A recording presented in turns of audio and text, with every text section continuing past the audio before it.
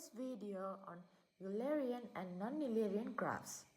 My name is Ridminathan, and now the next few minutes I'll be taking you through one of the most elegant and practical concepts in graph theory. By the end of this video, you'll understand exactly what makes a graph Eulerian and how to identify these properties and why this matters in real-world applications.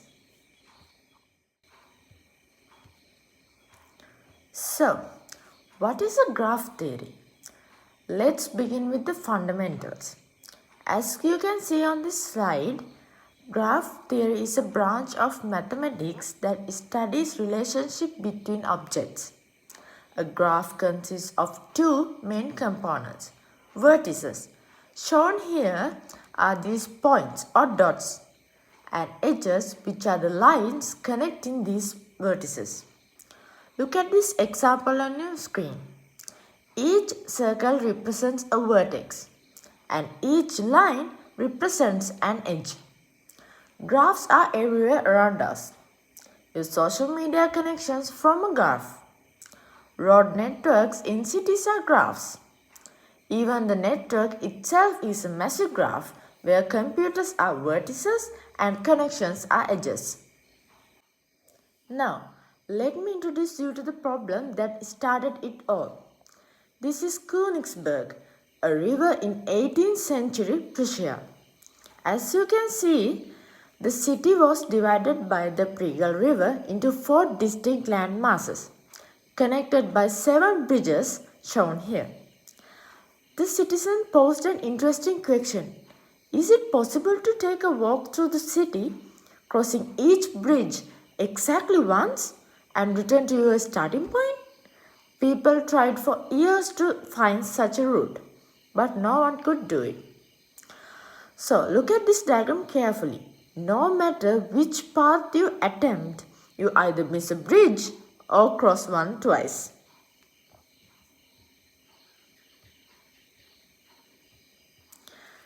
In 1736, mathematician Leonhard Euler solved this problem in a revolutionary way. Instead of trying different routes, he transformed the problem into an abstract mathematical model. Look at how Euler represented Königsberg. Each land mass became a vertex. Each bridge became an edge connecting the vertices. This is simple transformation turned a physical problem into a mathematical one. Euler proved mathematically that the work was impossible. This moment essentially created the field of graph theory. So, what are the key definitions we can see in the Eulerian path? Now, let's define our key concepts. First, look at the graph on your screen. An Eulerian path is the path that visits every edge exactly once. Notice in this diagram how the line traces through every edge without repeating an edge. The path starts at vertex A and ends at vertex B. It does not return to the start. Think of it as drawing a figure without lifting your pen and without going over any line twice.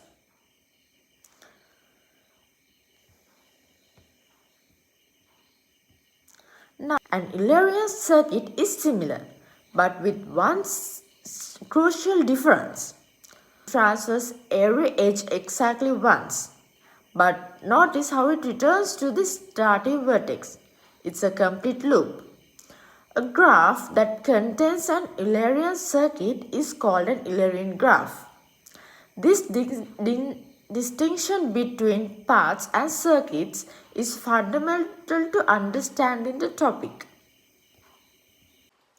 Before we go further, you need to understand one more concept, the degree of a vertex. Look at this diagram. The degree is simply the number of edges connected to a vertex. See vertex A. Count the edges touching it. 1, 2, 3. So vertex A has degree 3. Vertex B has two edges, so it's degree 2. And vertex C has two edges, giving it a degree 2, and so on. This concept of degree is the key to determining whether a graph is Eulerian.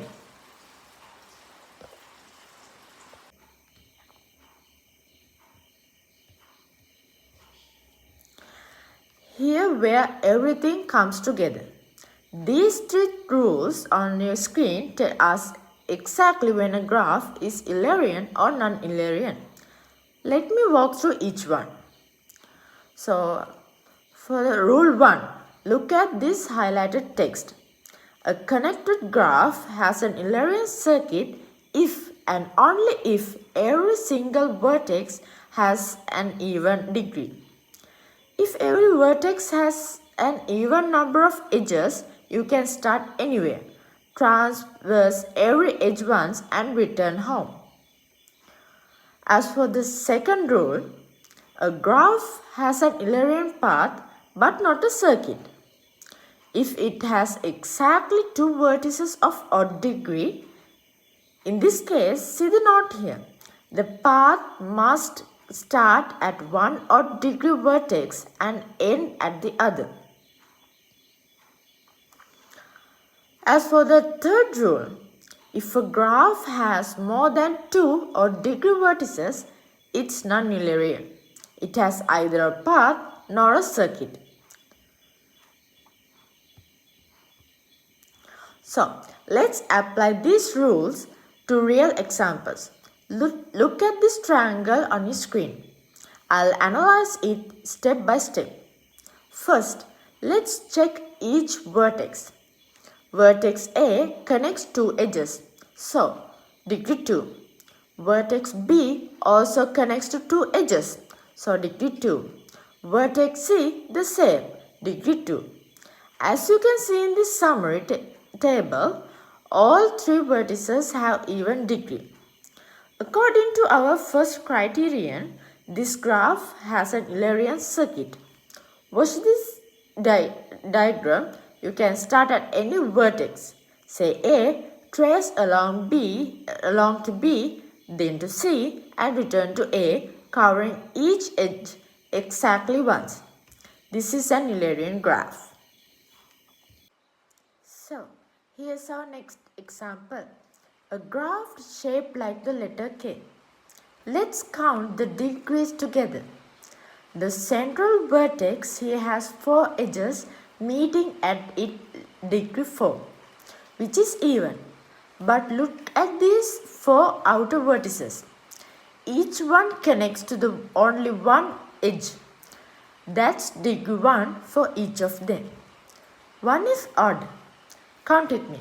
We have 4 vertices with odd degree. That's more than 2. So, where this is highlighted in red, according to our third criterion, this graph is non-Eulerian. There is no way to trace this figure without either lifting your pen or retracing an edge. The graph simply doesn't have the right structure. Now, we can return to our original problem and understand why the 7 bridges of Queensberg was impossible. Look at this graph representing again. Let me show you the degree of each landmass. Landmass A. Count the bridges. Has 5 bridges. Degree 5, which is odd. Landmass B has 3 bridges. Degree 3, odd. Landmass C has 3 bridges. Degree 3, odd. And last landmass D has 3 bridges. Degree 3, odd. See this highlighted in red? All 4 vertices have odd degree. The work is mathematically impossible. Euler didn't just fail to find the root, he proved no such root could exist. Let me give you a systematic method you can use to analyze any graph. Follow these 4 steps on your screen. Step 1. Verify connectivity. Make sure you can reach any vertex from any other vertex. Step 2. Count the degree of each vertex. Go through systematically and write down the degree of every single vertex. Step 3. Identify odd degree vertices. Circle or highlight any vertex with an odd degree. Step 4. Apply the criteria. Count your odd degree vertices. 0 means Eulerian circuit. Exactly 2 means Eulerian path. More than 2 means non-Eulerian. This method works every single time. You might be wondering, why does this matter outside of mathematics class? Look at these practical applications on your screen. Route planning, circuit design, DNA sequencing, network analysis. Route planning. Route planning. See, just imagine a delivery truck. Postal services and delivery companies need to cover all streets efficiently. If the street network is Eulerian, they can design a route with no backtracking, saving time and fuel. Circuit design. In electronics, engineers design printed circuit boards. Sometimes they need paths that traverse connections exactly once to minimize complexity. DNA sequencing. Look at a DNA strand. Modern bioinformatics use Eulerian path to algorithms to reconstruct DNA sequences from fragments. Network analysis. From computer networks to transportation systems, understanding traversability helps optimize infrastructure. So, these aren't just theoretical concepts, they solve real problems.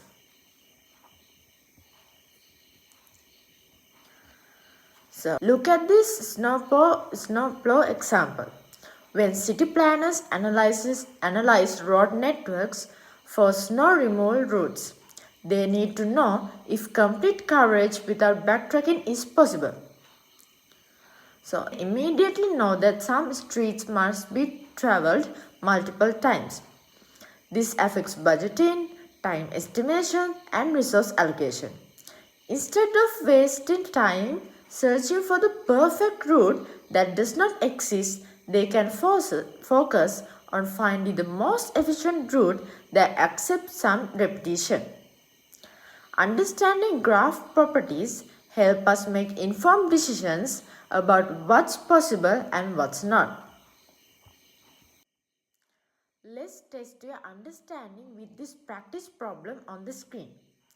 Here's a graph with 6 vertices. Take a moment to analyze it.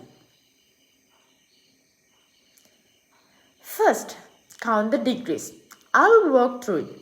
Vertex A has degree 2. Vertex B has degree 3. Vertex C has degree 2. Vertex D has a degree 2. Vertex E has degree of 3. Vertex F has degree of 2. How many odd degree vertices do you see? Exactly 2. B and E, highlighted here in red. What does that tell us? According to our criteria, this graph has an Eulerian path starting at either B or E and ending at the other. See the solution path here? No circuit is possible, but the path definitely exists. So let's summarize everything we have covered. Look at this table on your screen. It captures the complete classification system. An Eulerian path has all vertices with even degrees and contains an Eulerian circuit. A semi-Eulerian graph has exactly 2 odd degree vertices and contains only an Eulerian path. A non-Eulerian graph has more than 2 odd degree vertices and has neither path nor circuit. The key insight? By simply counting edges at each vertex, you can immediately classify any connected graph. This elegance is what makes Eulerian's discovery so remarkable. A complex problem reduced to counting. So, here are the key points I want you to remember from this presentation. First, Eulerian's theory originated from a real problem. The 7 bridges of Königsberg and Euler's solution created graph theory itself.